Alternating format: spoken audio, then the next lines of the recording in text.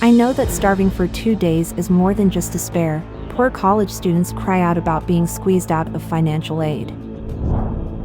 Plummeting house prices in China, skyrocketing listings for second-hand homes, real estate agents in despair. Experts, China struggles to find solutions for local government debt problem.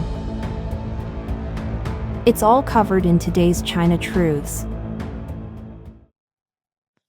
I know that starving for 2 days is more than just despair. Poor college students cry out about being squeezed out of financial aid.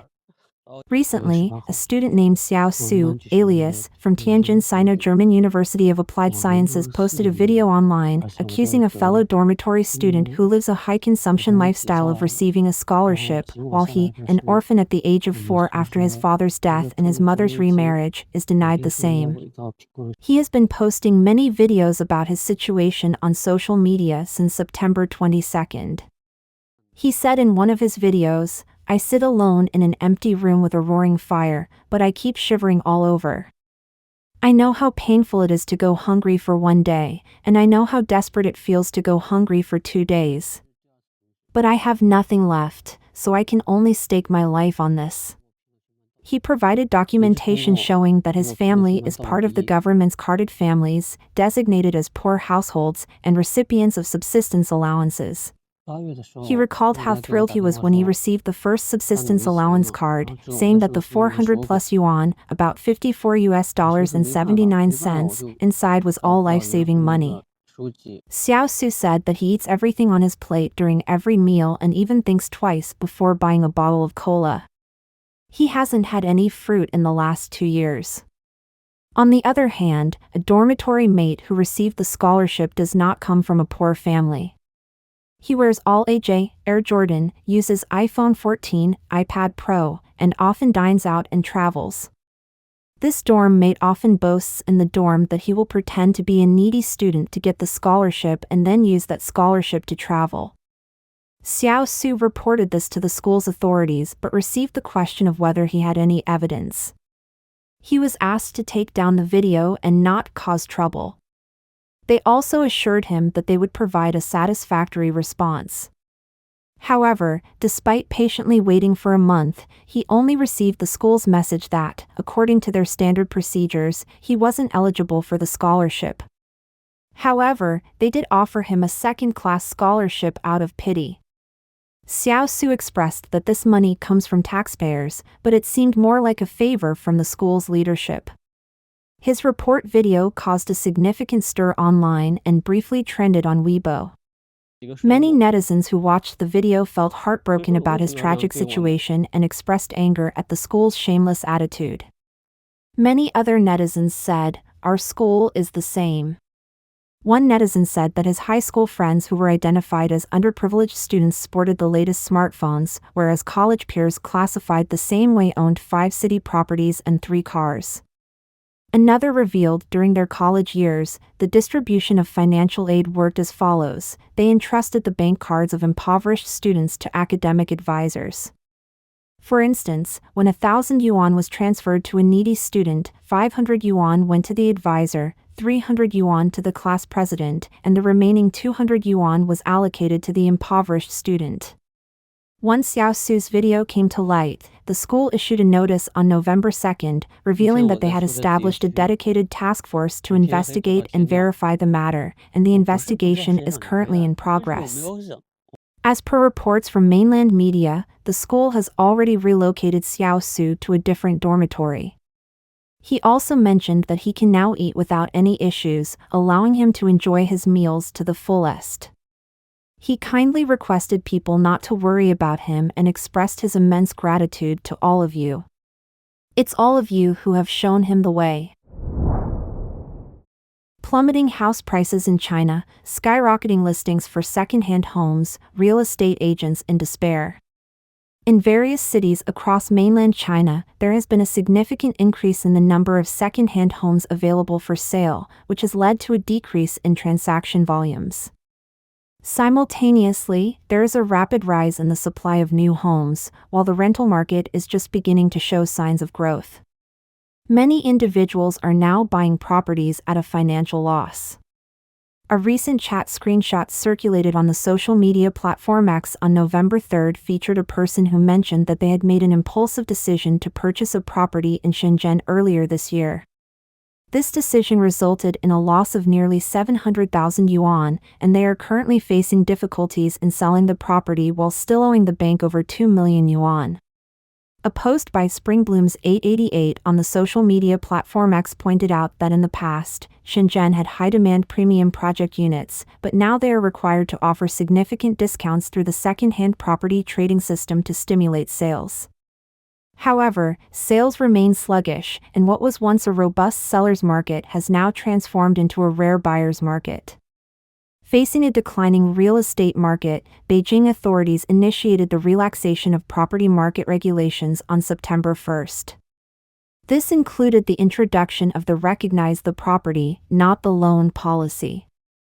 While these measures initially gave a boost to real estate transactions, the enthusiasm quickly faded. Data from the Beijing Housing and Urban-Rural Development Commission reveals that in October, the transaction volume for new residential properties was 5,177 units, marking a 12.1% month-on-month decrease. The transaction volume for second-hand properties was 10,653 units, representing a 25.3% month-on-month decrease. Due to slow sales, many second-hand property owners have resorted to lowering their prices in an attempt to attract buyers. According to data from Meiqian Real Estate, in October, the number of properties with reduced prices increased by 11 percentage points compared to the previous month. Additionally, the bargaining space for properties with completed transactions expanded by 1.66 percentage points, setting a new high for the year. A marketing executive in Chaoyang District, Beijing, disclosed that in October, they were only managing to sell one property per week. To attract customers, they even increased the distribution fees for intermediaries. In some cases, they found themselves in situations where they were simultaneously selling and canceling sales. They had several customers who had paid part of the down payment but had to lower their property prices multiple times and still couldn't find buyers, ultimately leading to contract cancellations. In Shanghai, another first-tier city, the real estate situation is far from optimistic. According to an Australian news report, in a specific community, only those who significantly reduced their prices could achieve successful sales. This situation is causing distress among landlords. In the current Shanghai second-hand market, sellers are enduring the pain of a dull knife cutting deeper with each price reduction. The decline in the transaction volume of second-hand properties has also impacted the rental housing market and the market for new properties. In a bold prediction, it is suggested that the increase in rental housing inventory in Shanghai has only just begun. The current Shanghai new property market resembles an all-you-can-eat buffet, with a continuous influx of supply. Despite the repeated measures introduced by Chinese Communist authorities to rescue the property market in response to the series of defaults by major players in China's real estate industry, the market has not only failed to recover but has seen a further acceleration in its decline. In these circumstances, few people are willing to enter the market and buy properties as they anticipate that prices will continue to drop in the near future. Experts: China struggles to find solutions for local government debt problem. Although the overarching tone of the two-day Central Financial Work Conference, CFWC, that concluded on October 31 was to lay a greater emphasis on financial safety and regulations, addressing and preventing the debt spiral of the struggling Chinese provinces would be easier said than done. Besides, according to analysts, the twice-a-decade closed-door meeting, the financial industry's highest-level policy conference that was anticipated to lessen the risks associated with local government debt, turned out to be a letdown as well. Adam Wolf, an economist at London-based Absolute Strategy Research, wrote in a client note, "The CFWC was a damp squib." Regulators were expected to lay out a plan to resolve local government debt risks at the meeting. But the official readout only briefly mentioned the need to establish a long-term mechanism to prevent and resolve local debt risks. According to Mr. Wolf, from a policy perspective, the meeting did not announce any major changes from the 2017 National Financial Work Conference, CFWC's previous name, at which financial sector de-risking was made a top priority, and a new super regulator was announced. He said, "This year's priorities are all basically the same, except the super regulator was moved from the government's control to the party's, Chinese Communist Party or CCP." The CFWC was held at a time when weaknesses in financial supervision and governance were being blamed for the second-largest economy's current woes. Accordingly, policymakers suggested putting in place a solution that would work over the long run to mitigate the risk to local government debt. This was consistent with the recent attempts to reduce local government debts and minimize local government financing vehicles, LGFV, refinancing risks. On September 27, for example, Beijing launched a debt swap program worth more than 1 trillion yuan, $137 billion, allowing weak local governments to issue special-purpose local government bonds to refinance public bonds, delayed payables, and trust loans. On October 24, Beijing also announced plans to issue another 1 trillion yuan in sovereign bonds to help local governments with their budgets. Beijing is reportedly also urging market discipline and imposing stronger restrictions to prevent LGFVs from engaging in excessive borrowing and speculative activity. An ANZ client note pointed out, yet the CFWC didn't go beyond prioritizing a broad task for Beijing, which prescribed strengthening of financial regulation, resolving the financial risks of LGFVs, and pushing forward a higher quality financial of development. Tough job. Indeed, one of the most significant takeaways from the meeting was the proposal to address the risks linked with China's huge and surging local government debts. The CFWC release said, "Establish a long-term mechanism to prevent and resolve local debt risks and establish a government debt management mechanism that is compatible with high-quality development." Credit Sites said in a client note that this is also consistent with the recent measures taken by the central authorities to ease the debt burden of the local governments. Credit Sites, a Fitch Group subsidiary, added, "We think that these measures have reduced the tail risk of LGFVs from weak provinces and the near-term default risk of LGFV bonds, however, we note a few limitations." According to the Risk Analysis Agency, the small size of the debt swap program and special central government bonds compared to outstanding LGFV debt are some of the major obstacles confronting Beijing in addressing the local government's debt spiral. To be sure, China's provincial government loans have grown enormously. According to a Reuters report, local government debt reached 92 trillion yuan, about $12.6 trillion, or 76% of GDP in 2022, up from 62% in 2019. Part of this debt was issued by LGFVs, which Chinese cities used to raise money for infrastructure projects. According to a note by Everbright Securities, the International Monetary Fund expects the LGFV debt to reach $9 trillion this year, of which an estimated 2.64 trillion yuan, about $361.5 billion, is slated to mature by the year-end. The Everbright note said, "This huge repayment liability will be a pressure on local governments that are under severe budget constraints and under pressure due to loss of land sales revenues, as the property sector tightens in the knowledge that the halcyon days of breakneck expansion on the back of pre-sales floor plans are over." Property risk remained. Credit Sites also believes the CFWC's strategy for addressing property sector risks will unlikely alter the sector's long-term weaknesses. The CFWC urged financial institutions to treat state-owned and privately owned developers equally and to accommodate the property sector's reasonable financing needs.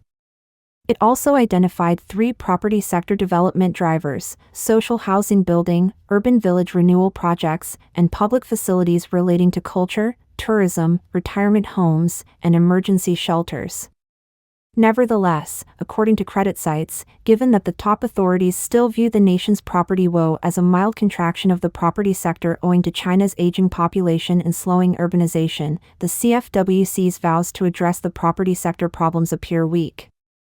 The credit site's note pointed out, these policy statements, alongside other property easing measures, have been announced and repeatedly communicated since the year 2022 but are unlikely to reverse the multi-year downturn of the property sector or stop property bond defaults, in our view. Centralized decision-making.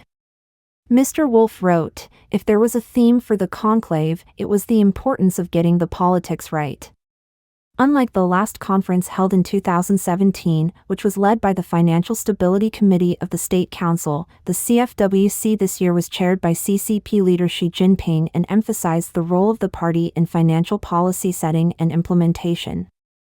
According to analysts, this signals more centralized decision-making of financial regulation in China, which, to some extent, could make it easier for different financial regulators to work together and speed up the adoption of financial policies and reforms. The credit site's note said, however, this could also mean that the headline risk on Chinese financial institutions' dollar bonds may increase as the top authorities vowed to roll out a comprehensive supervision of the financial industry and to continue to crack down on corruption. Mr. Wolf also doubts that this will lead to better policymaking. Don't forget to comment in the section below to share your opinions on today's topic with us. If you find the information helpful, please share this video with a friend to watch together. This will be a great source of motivation for our team to produce more and more quality and reliable videos. And also don't forget to like and subscribe to see more interesting topics from China Truths. Thank you for tuning in.